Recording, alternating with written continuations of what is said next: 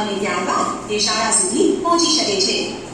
અમદાવાદ જેવા મોટા શહેરમાં રહેતા બાળકો શાળાએ જવા આવવા માટે રિક્ષાનો ઉપયોગ કરે છે. શાળાની નજીક રહેતા બાળકો ચાલીને શાળાએ જાય છે, જ્યારે કેટલાક દૂર રહેતા બાળકો સ્કૂલ બસમાં, કેટલાક રિક્ષામાં, કેટલાક સાયકલ લઈને શાળાએ જાય છે. તો વળી કેટલાક બાળકોના વાલી સ્કૂટર કે કાર લઈને લેવા અને મૂકવા માટે આવે છે. ખરું ને? સૌરાષ્ટ્રમાં આવેલા એક નાના તાલુકામાં બાળકોની શાળા નદીની સામે બાજુએ છે. તેઓ નદી ઉપર બાંધવામાં આવેલ પુલ પરથી પસાર થઈને શાળાએ જાય છે. આ પુલ પર પગથિયાં નથી, પણ ઢાળ છે અને તે સિમેન્ટ, ઈંટો અને તમે લોખંડનો પુલ તો જોયો જ હશે. વળી આ પુલને પગથિયાં પણ હોય છે. પુલ નદી ઉપર, રોડ ઉપર કે બે ડુંગરની વચ્ચે બાંધવામાં આવે છે. પુલનો ઉપયોગ લોકો, વાહનો અને પ્રાણીઓ અવર જવર માટે કરે છે. જો પુલ ન હોય તો કેવી મુશ્કેલી પડે?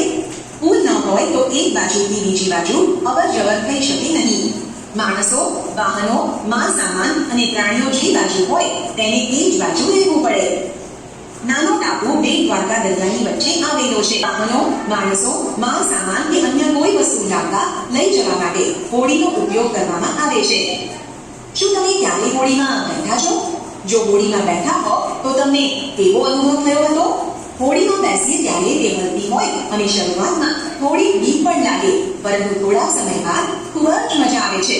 હોડી સિવાય પણ આપણે પાણી પર મુસાફરી કરી શકીએ છીએ.